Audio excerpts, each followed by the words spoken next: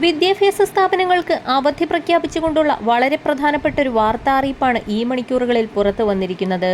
വിദ്യാഭ്യാസ സ്ഥാപനങ്ങൾക്കൊപ്പം സർക്കാർ ഓഫീസുകൾക്കും അവധിയായിരിക്കുമെന്നുള്ള ജില്ലാ കളക്ടറുടെ അറിയിപ്പാണ് പുറത്തു വന്നിരിക്കുന്നത്. അറിയിപ്പിലേക്ക് കടക്കുന്നതിന് മുൻപായി എല്ലാവിധ അവധി അറിയിപ്പുകളും ആദ്യം തന്നെ നിങ്ങളിലേക്ക് എത്തുന്നതിനായി ഈ ചാനൽ സബ്സ്ക്രൈബ് ചെയ്യാനും ഇൻഫർമേഷൻ കൂടുതൽ ആളുകളിലേക്ക് എത്തുന്നതിനായി വീഡിയോ ലൈക്ക് ചെയ്ത് കാണാനും മറക്കാതിരിക്കുക. സർക്കാർ സ്ഥാപനങ്ങൾക്കും വിദ്യാഭ്യാസ സ്ഥാപനങ്ങൾക്കും അവധി പ്രഖ്യാപിച്ചു. മലയിൻകീഴ് ശ്രീകൃഷ്ണസ്വാമി ക്ഷേത്രത്തിലെ ആറാട്ട് മഹോത്സവത്തോടനുബന്ധിച്ച് മാർച്ച് 25-ന് പ്രാദേശിക അവധി നൽകും.